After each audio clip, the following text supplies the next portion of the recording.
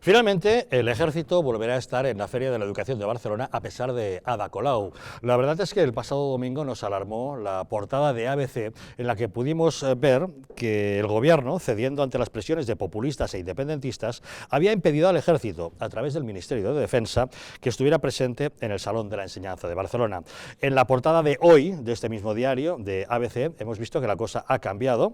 El malestar del Ejército ha obligado a Defensa a rectificar. La ministra Robles asegura que los militares sí estarán presentes, tal como han estado siempre desde 2001, para defender la paz, la seguridad y la libertad. Así lo decía.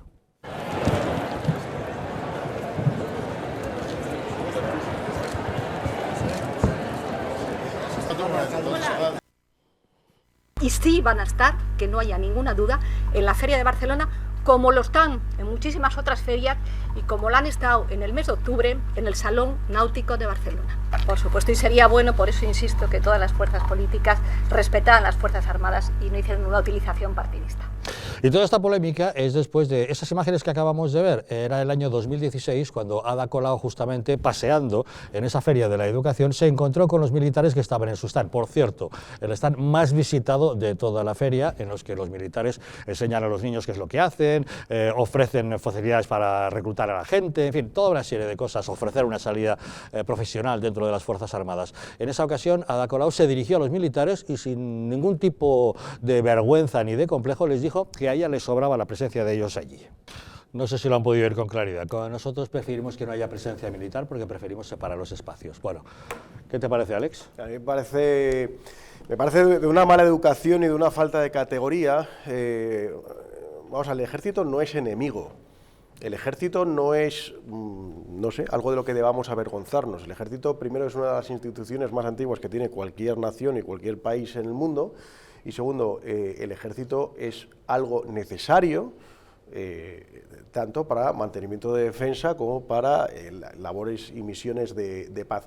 Aquí se juntan dos cosas que a la izquierda le chirría por lo general. Uno es, de nuevo, ese mundo utópico donde todos viviremos en paz, esa especie de paraíso socialista o comunista, donde el hombre es bueno, donde el hombre pues no tiene un pecado original, sino que es, bueno, es un hombre absolutamente bueno y donde no existe el mal, ¿no? Entonces, claro, el ejército nos estorba para conseguir esa utopía, ¿no?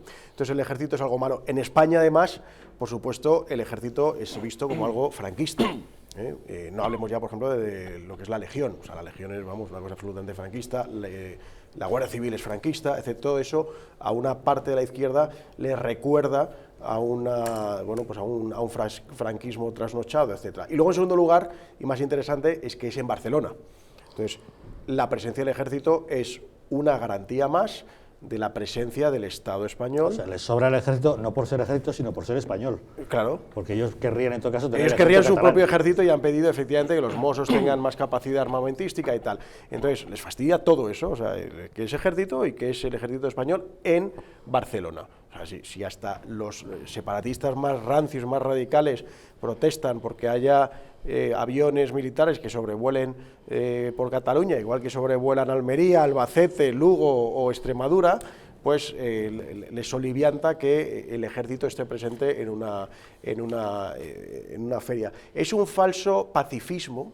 Por eso ha dicho la alcaldesa, es que no nos gusta mezclar, no nos gusta que en un tema de educación esté el ejército. Oiga, la salida del ejército profesional es tan digna como ser periodista, como ser fontanero, como ser taxista o como ser cualquier cosa. Entonces, por eso están ahí en una feria de educación. Yo no lo entiendo, lo de Ada Colau, no lo entendí en su momento, sigo sin entenderlo, precisamente por eso, porque el ejército es una parte más de nuestro Estado. Hombre, me encantaría que existiera efectivamente un mundo feliz en el que no hubiera malos, me encantaría, pero soy consciente de que igual nos falta un poquito para llegar a ese proceso. Yo le agradezco al ejército que esté y además me encanta que sea un ejército profesional, cada vez más preparado, con unas capacidades inmensas.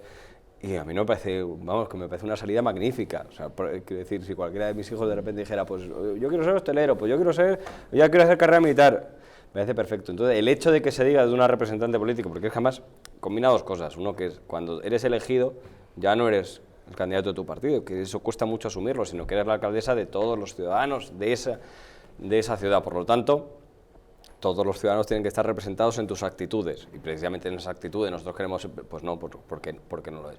Así que no lo entiendo yo, me alegro de que Margarita Robles y que el gobierno haya, bueno, no rectificado, sino explicado, porque ni siquiera quiere decir que no es una cosa del Partido Socialista ni del gobierno, sino que haya dejado muy claro que evidentemente el ejército tiene, vamos, la mejor de los espacios, lo que quiere y lo que necesite, o sea que me alegro de la claridad, la meridiana claridad con lo que lo han dicho, por cierto, y de aquí pues aprovecho para darle las gracias a las Fuerzas Armadas por todo lo que normalmente hacen por nosotros. Bueno, pues yo creo que es una buena acción la que se ha tomado en consideración, pero claro, decía Alberto que no entendía la posición de Ada Colau. Hombre, yo sí la entiendo. Esta señora hasta hace bien poco ha estado detrás de los contenedores quemándolos, ellas con sus plataformas y etcétera, etcétera, etcétera. ¿Cómo no va a tener una cierta tirria a la autoridad? Y a la autoridad, a la policía, a los ejércitos, y si encima son españoles, ya eso se convierte en una erupción cutánea difícil de solucionar incluso con cremas. Por tanto, es lógico que esta señora actúe como ha actuado. A mí lo que me parecería irresponsable es que por parte del gobierno no se hubiera hecho lo que se ha hecho, que evidentemente es dar, primero, espacio a uno de los stands más visitados de la feria. Es que encima estamos hablando que tiene cerca de 8.000 personas se interesaron, pues rellenaron un cuestionario previo, o no sé cómo será exactamente el contaje, cómo lo harán. Pero la realidad es que cerca de 8.000 personas, pero el año pasado, pero es que no quiere decir que sea puntualmente el año pasado, es que ha ido creciendo durante los últimos 5 años, me parece 3, 4, 5 años, el número de personas que han ido visitando e interesándose por el stand. Luego quiere decir que, en primer lugar, el ejército es una muy buena salida para nuestros jóvenes, y segundo, además, es una profesión digna que nos representa y nos protege a todos, y que es indispensable en estos momentos y para siempre. Siempre ha habido ejércitos, algunos más virulentos, otros menos, pero siempre lo ha habido, y que, entre otras cosas, es una forma de unir a España, junto con la Guardia Civil, el ejército, son unas fuerzas y cuerpos de seguridad que nos representan a todos, y precisamente, lo hablaba antes Alex, es cierto, es que hemos mencionado una palabra, España. España, esa sí que duele. Duele en algunos círculos independentistas y golpistas de Barcelona, representados en muchísimas ocasiones, más de las debidas, y amparados por su alcaldesa. Bueno, yo creo que es que voy a hacer un popurrí de todas las intervenciones, porque la verdad es que han estado todas muy certeras. En primer lugar, doy la razón a Alberto que la señora Colau es la alcaldesa. Entonces, una alcaldesa no puede tener esas actitudes, no puede tener esos comportamientos. Razón, hay que profundizar más, ese bueno, es un argumento... Vale. Es la alcaldesa, lo podría haber dicho cualquiera. Claro. No, pero vamos, es que es la alcaldesa y tiene la obligación de comportarse, de actuar con una cierta dignidad. Le concedes poco, Alberto, Silvia. Bueno, simplemente eso, pero bueno, y también decir que sí, que bueno, compartir con todos que es que el ejército representa España, y es que parece que los populistas tienen miedo a la palabra España y todo lo que denote patriotismo. Es un odio que es visceral a España, no es racional, es un odio visceral, no sé de dónde, de las entrañas le sale, y es que se manifiesta en cualquier acto, en cualquier actitud, en cualquier comportamiento, porque aquí pues la han pillado. Probablemente si lo hubiera pensado que se iba a dar tanta relevancia a su comportamiento, a lo mejor se hubiera contenido, pero aquí España, la han pillado, aquí le ha salido de dentro diciendo, pero ¿qué hacéis al ejército? ¿Qué hacéis aquí en una feria de educación? ¿Por qué? Porque ella considera que lo importante es vivir de las subvenciones. El ejemplo que quiere es que las personas vivan las subvenciones, que tengan unas carreras meteóricas como la señora Rita Maestre, que no la contrataban y ha pasado a ser portavoz del gobierno. Pues ella tiene otros principios y otros valores, y la capacidad de sacrificio, la capacidad de esforzarse, el esfuerzo, el trabajo, pues no va con estas personas.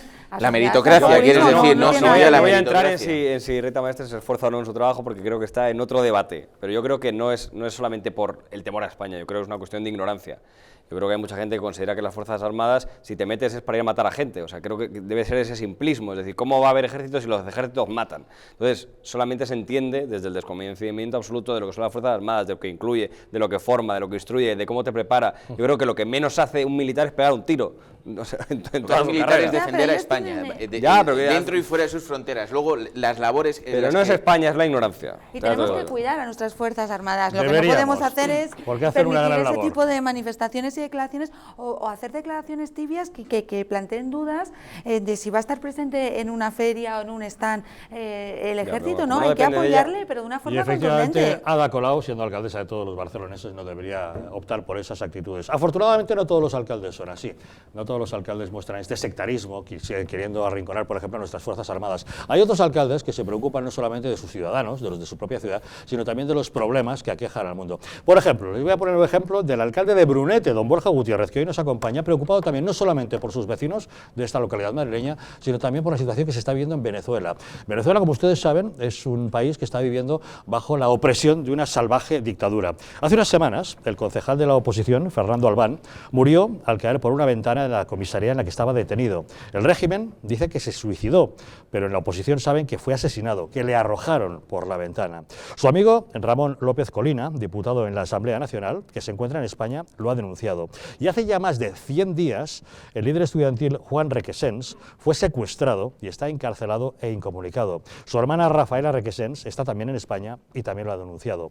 Ambos, Ramón López Colina y Rafaela Requesens, estarán pasado mañana jueves aquí, en Los Intocables, para hablarnos de la dictadura venezolana. Ellos dos han estado en Brunete. El alcalde de esta localidad, como les decimos, Borja Gutiérrez, les ha invitado a denunciar la falta de respeto a los derechos humanos que se sufre en Venezuela. Les vamos a mostrar un pequeño fragmento del vídeo que han grabado y que se está viralizando ya en las redes sociales.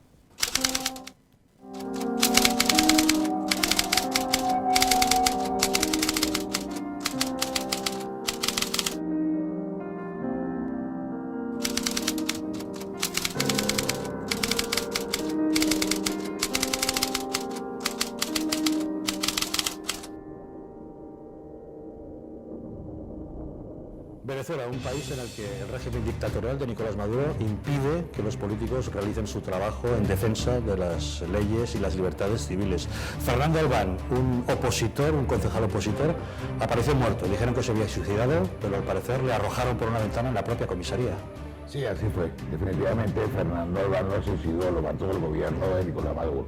Lo detienen, lo vinculan con el supuesto caso del magnicidio a Nicolás Maduro, le vulneran todos sus derechos como ciudadano. El hombre más católico de todos nosotros. Eso es mentira, eso no lo cree nadie. Eso es una verdad, eso es un asesinato. Fernando no era hombre para suicidarse, tenía demasiada fortaleza moral y espiritual y tan solo sabemos por infidencia de algunos empleados, hasta funcionarios del Servicio de Seguridad del Estado que fue torturado, no aguantó las torturas, lo que quiere decir que fue asesinado. Y cuando se vieron con ese gran problema adentro y quisieron disimular un suicidio que definitivamente no lo cree nadie. Es uno de los ejemplos más claros que tenemos que en Venezuela hacer política es casi que imposible por el régimen, ¿no? Juan Requesens, un líder estudiantil, un hombre que no se callaba, que denunciaba claramente la opresión de una dictadura infame como la de Nicolás Maduro. Un buen día le secuestran y desaparece. Sí, totalmente. Eso fue un 7 de agosto que funcionarios del SEBIN, del Servicio de Inteligencia, llegaron a la casa y nos llevaron cuando es inocente y se declaró inocente, donde han violado sus derechos fundamentales, el derecho a la libertad, a la defensa, al debido proceso. Él, como diputado de la Asamblea Nacional electo por el Estado Táchira, se le está violando su inmunidad parlamentaria. Aquí la única estrategia de la dictadura es aplastar a todo el que piense distinto. Hoy yo puedo hablar desde aquí. Mañana, no sé.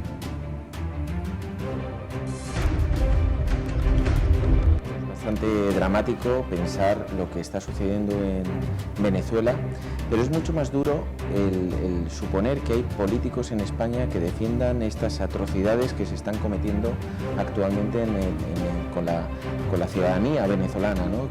Incluso con aquellos que tienen protección per se jurídica, que son los parlamentarios, ¿no?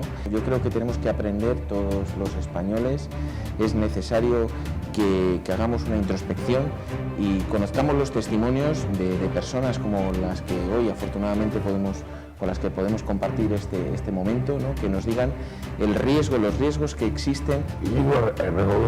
Venezuela, nosotros nunca nos vamos a rendir.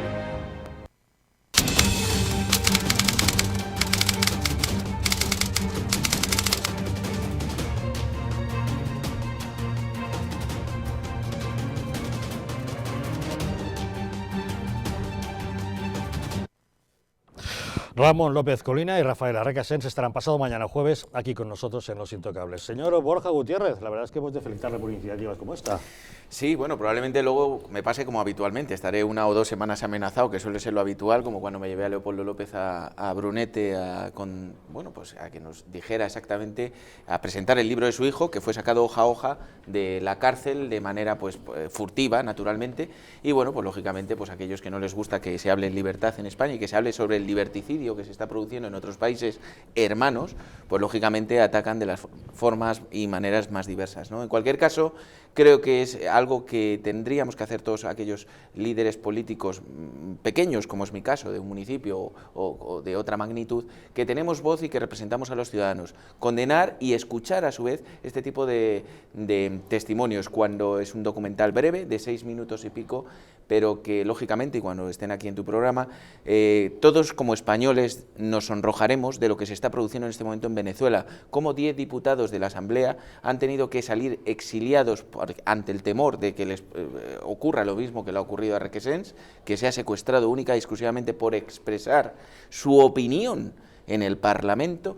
Bueno, pues han tenido que salir, y en estos momentos Venezuela es una pseudo-democracia más bien cercana al totalitarismo ideológico. ¿Por qué? Porque en estos momentos no está la representación que debiera estar en el Parlamento, y no está porque hay un señor, un líder, el totalitario Maduro, que está de manera consecutiva amenazando y encarcelando, secuestrando y en algunos casos oscuros, como se habla en ese vídeo, incluso con muertes furtivas inexplicables y que desde luego dan mucho que pensar.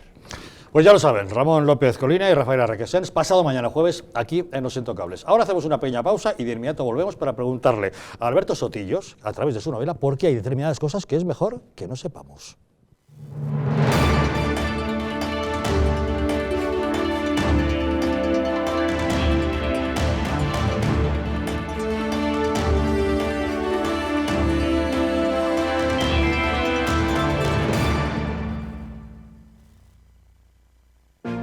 Hay vidas que dan vida.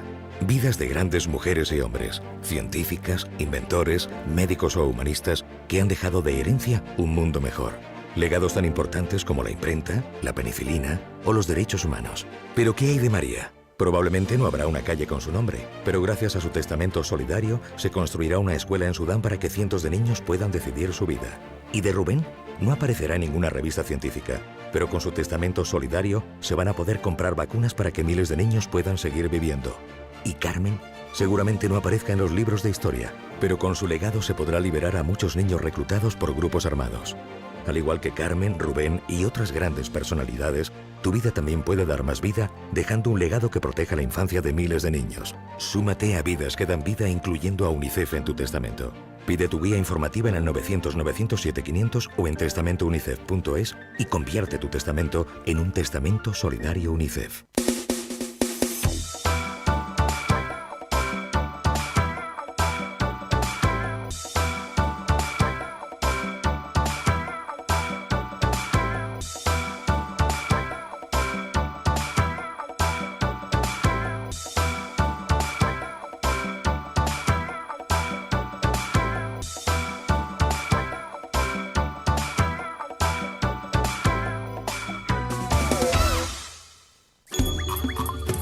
Ahora que lo compartimos todo, podemos compartir mucho más.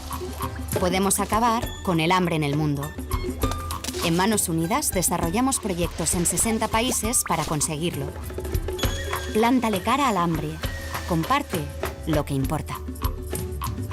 Antes de usar Internet, recuerda, lo que publicas deja huella. Una huella digital te acompañará mucho tiempo y puede tener consecuencias. Piensa antes de publicar en tus redes sociales. Internet y las redes sociales son geniales, pero no lo son todo. Hay más cosas geniales en la vida y algunas de ellas solo se pueden disfrutar cuando estás desconectado. No volverá a ocurrir, de verdad. No me caen bien tus amigas. No puede haber secretos entre nosotros. No entiendo por qué te pintas. No quiero ver a tu familia. No me dejas otra opción. No te enteras de nada. No eres nadie sin mí. No sabes ni hablar. No vales nada. Ni una gota más. Contra la violencia de género. Comunidad de Madrid.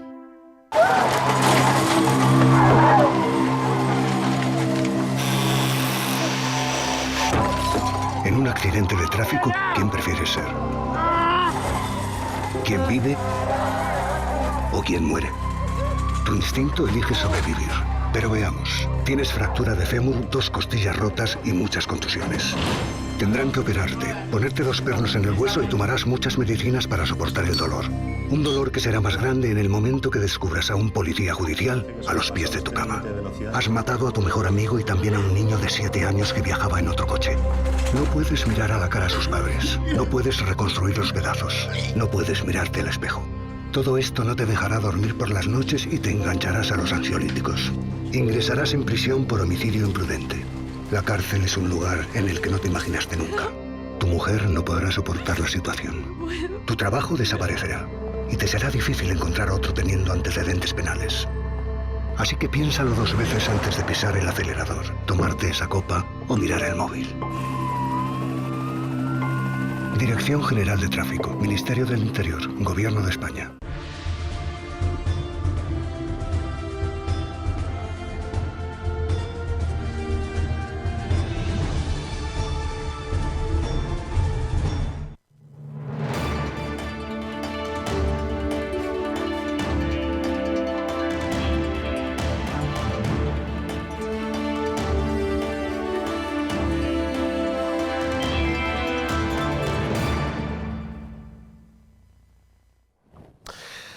Mejor no saberlo. Es la primera novela de Alberto Sotillos, un thriller acerca de lo que somos, lo que parecemos y lo que decimos ser.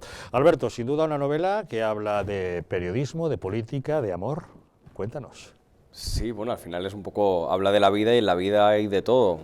Y también habla de política, no en la vida de todos hay política, o no creen que la hay, pero sí que la hay, aquí se demuestra. Yo creo que es difícil de definir. Dices thriller, es verdad, hay una investigación periodística, hay del nuevo periodismo, además hay una lucha que seguro que te gustará entre el periodismo antiguo, cómo lucha con el clickbait, todas estas cosas de las audiencias, pero al final es la vida de una persona y cómo tiene que sobrellevar un jubilado español. Nos narra la vida de Salvador, jubilado español que por avatares del destino acaba entrando en política, empieza a triunfar en política, pero tiene un miedo eterno que le persigue, que es que se descubra su pasado, porque tiene un pasado oscuro. Bueno, como muchos otros, yo empiezo a creer que Villarejo se inspiró. Pues bueno, lo hemos visto, además hemos sufrido muchos casos, está muy pegado a la actualidad, pues grandes políticos que llegan muy alto y de repente tienen algo en el pasado que aparece, solo que esto evidentemente es una novela, tiene mucha intriga, hay espionaje, hay varios países de América Latina por los que pasa este personaje, o sea que yo creo que incluye de todo y detrás está la historia al final de lo que yo creo que es lo importante en la vida, pero eso no se puede desvelar. Quien lea tu novela puede pensar que la trama es descabellada, pero no está tan alejada de lo que realmente pasa en la vida real, ¿no? Pero ya es cuestión del lector que determine qué parte de la ficción lo es y qué parte está literalmente inspirada en hechos reales, que evidentemente pues los nombres no van a ser, pero bueno, ya anticipo que cualquier parecido con la realidad no merece ser denunciado porque es una novela, pero sí que hay cosas que no se pueden contar o que la experiencia de haber pasado por política te lleva y te inspira, evidentemente, y hay cosas por las que pasa Salvador que yo les aseguro que son literales. No te quiero hacer un spoiler ni reventar la novela, pero sí te voy a preguntar, ¿cómo es posible que una persona que mata a otras personas piense que si se mete en política tiene la obligación de ser honesto y decir la verdad? De eso va un poco la película, espero que llegue. De eso va un poco la novela, precisamente de los límites éticos y morales que nosotros, como lectores, vamos a tener que establecer. Cuando vayamos página a página, pues nos va a tocar hacernos preguntas y decir, ¿yo qué haría en esta situación? Es lo que espero que pase, ¿no? Que cuando lo termines de leer, al final acabes diciendo, pues no tengo claro exactamente si querría saberlo o no, y cómo juzgaría estas situaciones y qué haría yo con todo esto. Pero al final son muchas cosas las que forman parte de la historia. Mejor no saberlo. ¿De verdad en política hay cosas que es mejor no saber? ¿Lo dices por tu experiencia personal en el PSOE? Yo no tengo clara la respuesta. Yo sé que hay cosas que hubiera preferido no saber, pero no sé si es mejor no saberlo. Pero ahí cada uno tiene que decidir. Pero es cierto que hay cosas que preferiría no haber visto. Pero no porque no las hubiera visto, sino porque no existieran. Y buena parte de lo que nos toca es cambiarlo, y que evidentemente, aunque lo veamos a través de una novela, pues digamos, hombre, pues estas cosas es una pena que se puedan producir y que estén pasando, y os toca a los políticos en activo, porque yo ya dejé ese mundo tan terrible y me he pasado a la novela, pues que esto, cuando será en el futuro, digan, esto es absolutamente ficción todo. ¿Y en la vida también hay cosas que es mejor no saber? Depende de cada uno, no tengo la respuesta, Javier. Yo no, hay cosas que igual, yo quiero saberlo siempre todo, pero hay un debate médico, por ejemplo, ¿es mejor saber o no saber exactamente cuántos días te quedan de vida? ¿Te gustaría saber el día de tu muerte? ¿Te gustaría saber si tu mujer es infiel o no? Hay muchas dudas que hay gente que diría, pues mira, prefiero no saberlo, pero otros prefieren sin saberlo. En este caso es un caso muy concreto, es el de Salvador, y en la historia, como bien sabes, lleva un punto determinante de todos nosotros, así que en esa dualidad o en ese debate ético, moral, filosófico y personal es al que te tiene que llevar Salvador. Curioso nombre, ¿por qué decidiste llamarle Salvador? Bueno, ahí está el juego. Léanlo ustedes, mejor no saberlo, mejor que sí sepan lo que dice este libro, que lo disfruten, que lo lean. Es una excelente novela de Alberto Sotillos, que nos habla de la vida real, de la política, del amor, del periodismo. Está realmente bien escrito y es apasionante. Utopía Libros, mejor no saberlo. Enhorabuena por esta novela y que sea un éxito. Bueno, y nos queda muy poco tiempo, pero decirles que hoy es 20N, 20 de noviembre, y parece mentira, pero un día como hoy, el Valle de los Caídos ha registrado unas visitas que, bueno, que se han salido de lo normal. Saben que habitualmente hay muchas visitas en el Valle de los Caídos, y cuando llega el 20N, con motivo del aniversario de la muerte de Francisco Franco, son muchas las personas que van. Bueno, pues en esta ocasión ha ido mucha más gente que nunca. Resulta que la mejor publicidad que le han hecho al Valle de los Caídos ha sido el anuncio del presidente del gobierno, de Pedro Sánchez, de querer sacar los restos de Francisco Franco del Valle. El caso es que ahí tienen las imágenes, muchísimas personas que han acudido a la ceremonia religiosa que se ha celebrado, e incluso hemos podido encontrar a esa famosa franquista Pilar Gutiérrez, que es impulsora del Movimiento por España, que ha aprovechado la presencia de muchos periodistas en el Valle para anunciar esta mañana que va a solicitar que se inicie el proceso de beatificación de Francisco Franco. francosanto.com, francosanto.es. Aquí justificamos por qué lo pedimos, y también en una carta dirigida a todos los obispos de España reunidos en asamblea plenaria de la Conferencia Episcopal en estos días, a quienes la vamos a entregar en mano a cada uno esta misma tarde, esta carta que hemos traído hoy para la prensa, para que la conozca, justificando nuestra petición y explicando los motivos por los que sabemos que Franco está en el cielo, reconocido también por la máxima distinción que recibió de Caballero de la Suprema Orden de Cristo, que solo han recibido 10 personas en todo el siglo XX, y en su tiempo solo Balduino y él. Y también lo justificamos en base a los milagros, favores, porque no se puede considerar milagros todavía hasta que la Iglesia no lo apruebe, pero innumerables favores que está concediendo a quien le invoca, y pedí, entre ellos a mí, porque 2 de los favores recibidos están en la página web y son los míos, pero hay muchísimos más contenidos en un libro, Sandra, que se llama Francisco Franco, Cristiano Ejemplar, que también recibirán todos los obispos este libro. Bueno, pues al margen de este anuncio que ha hecho Pilar Gutiérrez, lo que sí era evidente es que ha habido muchísima gente. Alex, creo que has tenido ocasión de ir a cubrir la noticia y has visto que había mucha más gente de la habitual en el Valle hoy. Sí, había mucha más gente que lo habitual en el Valle, había también muchísimos periodistas, casi más que gente.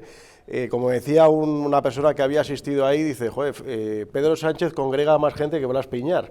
O sea, lo que Blas Piñar no consiguió a lo largo de toda su vida, Pedro Sánchez lo está consiguiendo, ¿no? Bueno, pues yo he querido asistir para ver cómo estaba, pues, al ser un tema de actualidad, había efectivamente, pues eso, muchísima gente. Por cierto, las imágenes que hay detrás, estoy viendo, no son de hoy ni muchísimo menos, no ha habido nada de eso. Precisamente te lo digo para... O sea, de hecho ha llamado la atención que ha habido una tranquilidad. Efectivamente, ese tipo de imágenes es la que antiguamente se consideraba que era lo que iba al Valle y que hoy en día nada. Hoy en día no ha habido absolutamente nada. De hecho, también estaba hablando con un teniente de la Guardia Civil, me ha dicho que estaba todo el tema muy tranquilo, que les habían advertido y tal, y que no había habido nada. Entonces, y de hecho, pues el sacerdote que ha celebrado la misa, que estaba en la basílica llena de personas, en la homilía ha tenido una homilía muy correcta, muy medida. Ha dicho que una misa de funeral o de memoria no es un homenaje a nadie, sino que dentro de la Iglesia Católica lo que se hace es rezar por todos los difuntos, y que una misa no significa un homenaje ni un reconocimiento a nadie, sino simplemente es rezar por una persona, ¿no? Y ha dicho, independientemente de que esa persona haya hecho el bien o el mal en su vida, con la misa se recuerda que Cristo derramó su sangre por el alma de esa persona, ¿no? Y luego ha dicho una cosa muy interesante también, ha dicho, mira, ha hablado un poco de la magnificencia de un gobernante, como fue Carlos I de España y V de Alemania, contando esa anécdota de que cuando conquistó la ciudad donde estaba enterrado Lutero, sus soldados le pidieron permiso para desenterrar a Lutero y profanar su cuerpo, ¿no? Y Carlos I dijo una frase célebre, dijo: yo le hago la guerra a los vivos, no a los muertos, ¿no? Dice, a este dejadle que ya está en el juicio de Dios, ¿no? Entonces ha hablado de la grandeza de esos gobernantes que dejaban en paz a los muertos, no contraponiéndolo, al menos no explícitamente, quizá implícitamente, pues con unas actitudes menos de menos grandiosidad o de menos benevolencia, ¿no? Como es lo que estamos viendo actualmente, diciendo que hay que dejar a los muertos en paz. Y bueno, en general se ha desarrollado todo con una gran normalidad. Sí. Bueno, veremos en qué acaba toda esta historia. Se nos acabó el tiempo. Alex Navajas, muchas gracias por Nada, habernos acompañado Javier, esta noche. encantado. Gracias Alberto Sotillos por haber estado con nosotros. Borja Gutiérrez, un placer, muchas gracias. Gracias Silvia Saavedra por acompañarnos. Muchas gracias. Nos vamos, pero no se vayan ustedes lejos porque hoy les dejamos con una fantástica película, un peliculón, El Conde de Montecristo, nada menos. La adaptación televisiva de la famosa novela de Alejandro Dumas, la versión de 1965, con Richard Chamberlain y Tony Curtis, nada menos. ¿Qué les voy a contar que no sepan? Bueno, pues las aventuras y desventuras de ese hombre injustamente encarcelado en el castillo de If, que conoce al abate Faria, que le ilustran muchas cosas e incluso acerca de la existencia de un tesoro, y gracias al cual podrá cubrir su famosa venganza. Una película que no se pueden perder. Que la disfruten. Nosotros nos vamos y les esperamos mañana, un día más, aquí, en Los Intocables.